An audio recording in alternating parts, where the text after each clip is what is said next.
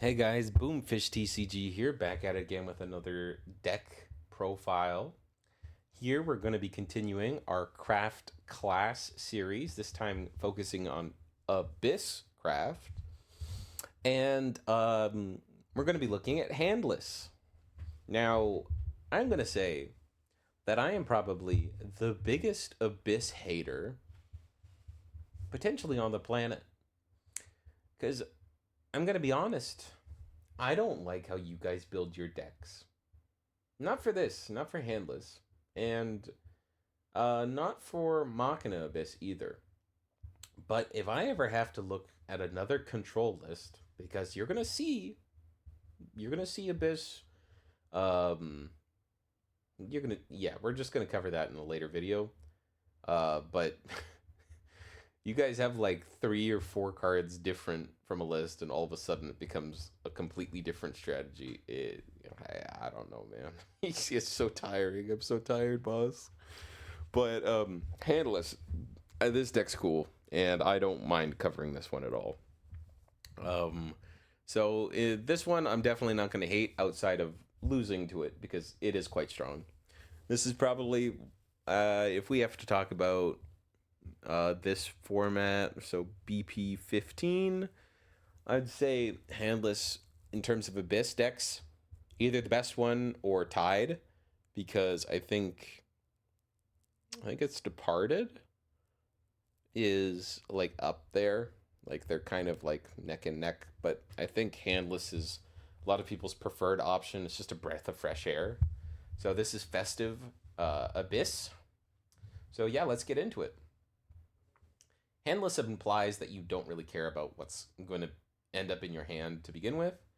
So when it comes to Dead to Rights, this is just a cheap spell that you're going to not really care about losing if you have to, but is also not low quality at all.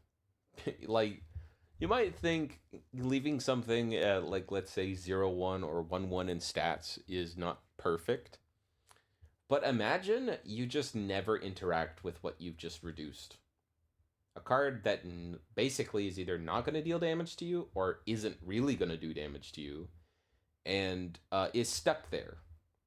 That's pretty decent, I'm going to be honest. And the fact that it costs 1 is a stellar option. If you have this in the grave and then you have Icy, you have that other option, but this list doesn't play that. So just, it's cheap and you don't care if you discard it. That's it. You have Eternal Contract. So you, for 1, you do the following 2 times. You put the top card from your deck into your EX, and then you banish a card from hand. Remember, I called this handless, so you don't care about that downside. All you care about is the fact that you're going to grab 2 cards from the top, put them in your EX. That's it. So very, very good card. Very good. And then you have this other effect where you banish this card from your grave, select up to 3 cards in your cemetery or banished, named Paraceli's Demon of Greed, and shuffle them into your deck. You may turn any face-up cards. Oh, okay, so it just recycles its own theme. Very decent. Turning the Evos is actually really cool. But you care about the first part. I think most games end before that last part comes up, but if it doesn't, that's neat. Easy 3 of. You have Full Moon Leap. You give something +1 attack, and if you have 0 cards in your hand, you give it Storm. By itself, this card isn't that crazy, but considering that 0 cards part is very easy to set up with this deck, and you're actually looking forward to having that happen, I think it's a really good card. Very, very solid, actually. Yeah, nothing to be mad about there. You're playing 3 of it because it's just a cheap option to help you kind of hit them in the face, try and gut shot them for the game.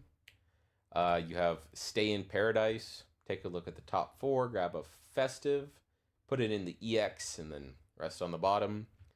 In this case, this is the card like that most instances you'd be like, well, like, if it put it in my hand, I'd also be happy with. But in this deck, you would actually be very angry and visibly so, because you want no cards in your hand, or as few as possible. So the fact that this puts it in the EX not only synergizes with all the other festive decks, but in this instance, you really enjoy. So keep that in mind. Easy 3 of. So far, these cards, these 3 ofs, these 4 1-cost cards that you're playing at 3 each, very easily justified in the deck. Next, you have Bat Usher. It's a 1 mana 2/2, so bare minimum, already happy with it. If you have 2 cards or less in your hand, it has 1 additional attack. And if you have 0, it gets Storm. That's just what your deck's trying to do. You're just trying to hit him, rush him down, and does that quite well. There will be some times where you are playing out this deck and you will have some pretty unremarkable turns because like you just drew too many of your early game pieces, but it's kind of the nature of the deck, and I don't think that's going to happen to you too much. You have Briared Vampire. So this is a 1 mana 1/1 Evos for 1. Comes out and you put the top card in your EX and then you discard a card. Decent, right? It's okay. Keep in mind that like that's a pretty large piece of synergy that your deck's going to take advantage of. Not only is it putting a card in the EX, but it's getting rid of a card, and it's happening quite early. So you're happy with it, but 2 is about where you want to be. Because it only has light synergy with your deck. It's not like a center point of what you're trying to do. Moving on to the 2 costs, you have Undying Resolve. If this is discarded, you can select a follower or an Abyss follower. Give it Bane. Okay, not the craziest part. What you really want is to select a follower in your grave, summon it. And if you get this other part where you give something Storm, that's cool. But 2 mana bring something back is definitely good enough to be running. So yep, 3 makes sense. Torchbearing Guide. Easily something that you do not have to struggle to consider. Not only is it putting a card from your hand into the EX, the drawing part is, it's okay, right? Like, you're not mad about it. But you get to remove an important card from your hand, putting it into the EX, that later, when you get rid of your whole hand, you won't be mad because you've had the agency to select something that you want to hold on to. So that's really cool. It does only restrict festive cards, but like that's a lot of your deck. So again, you're not that mad. And like in Festive Sword, this kind of future-proofs itself when you have inefficient turns. But you won't really see this other part come up, specifically in this deck. It's a lot more in Sword. You have Itsurugi, Eager Admirer. So this is another advanced Evo card. And how this one works is you banish this card to summon its advanced card from the Evo deck. You can only activate this if there's 5 festive cards or 10 Abyss cards in your cemetery. Again, one of the easiest conditions to possibly do in Abyss, even more than what Sword does. Because, like, you don't care about the cards being engraved at all. In fact, you are actively trying to get rid of your whole hand. So this is really easy to achieve. And also, when this comes in, it puts the token into the EX. I'll put it up on screen. But it's advanced. It's actually quite good. Not gonna lie. So, select up to 3 followers on the field. Deal 5 to one of them and 2 to the others. So essentially, you're like, you can either ping something for 5 and that's it, or 5 and like you just get to spread out a little bit of board clear on top of that. So like if you run into the messier turns where like mid game, which is essentially where this is going to happen, maybe a little bit later, like turn 6 or into the late game, your opponent will most likely have a developed board, and this helps you. But on top of that, if you're getting like a full board clear, let's say you're killing 3 things with this, not once per turn, during your turn, whenever a follower is put from the field into the grave, you ping them and you heal. So it's got this sapping effect. You get rid of 3 guys, that's a 6 life swing in your favor. I think that's incredible. And you're certainly not going to be mad when this card resolves. So it makes sense why this card is not only at 3, but like Bushi designed this card around it being quite strong. So when this card is discarded from your hand, you may put it into the EX. This card could literally do nothing, and it's already amazing. Thankfully, it doesn't do nothing, but that's incredible. We haven't seen a card like this, really, outside of, like, we got Trail, and I think there's a few other things, and, like, Forest and Sword has some synergy in Natura, but, like, on a 2-drop like this, that's awesome. And then we have its Evo. Take a look at the top 4, grab a Festive, and put it into the EX. Yet again, kind of feeding into the Festive synergy. You're not mad about this card at all.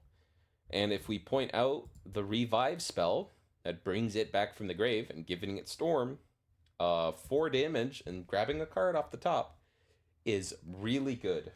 And the minute you get to do that, you're happy about it. So easy 3 of. I think that card's broken, actually. Such a hard piece of synergy for the deck. I love that. We have Humpty Dumpty. Bet you didn't think he'd be coming back, but he's coming back in stride. The fact that you get to discard your whole hand is an upside, strangely enough. So you play 3 of them because, again, you just want it to happen. And the fact that after you discard your hand, you get to blow up the board and ping them in the face for 3, that's an upside you didn't even care about. But it's there. And also, it's free, right? You play this for 3, you Evo for nothing. I mean, like, come on, man. You're happy. You're having a great day. Next on is the Paracelice, Demon of Greed. So you put the top card from EX and discard a card. Lovely. Exactly what your deck's trying to do. Evo if there's only 0 cards in your hand. So yet another point to why you're trying to discard your hand. And let's take a look at its Evo. Select an enemy follower, deal 5 to it, ping them for 2, and give your leader +2. So again, more sapping, more just inching yourself closer. And as you've seen, there's a lot of storm pieces in this deck. So this deck is quite aggressive. Don't get them wrong on that point.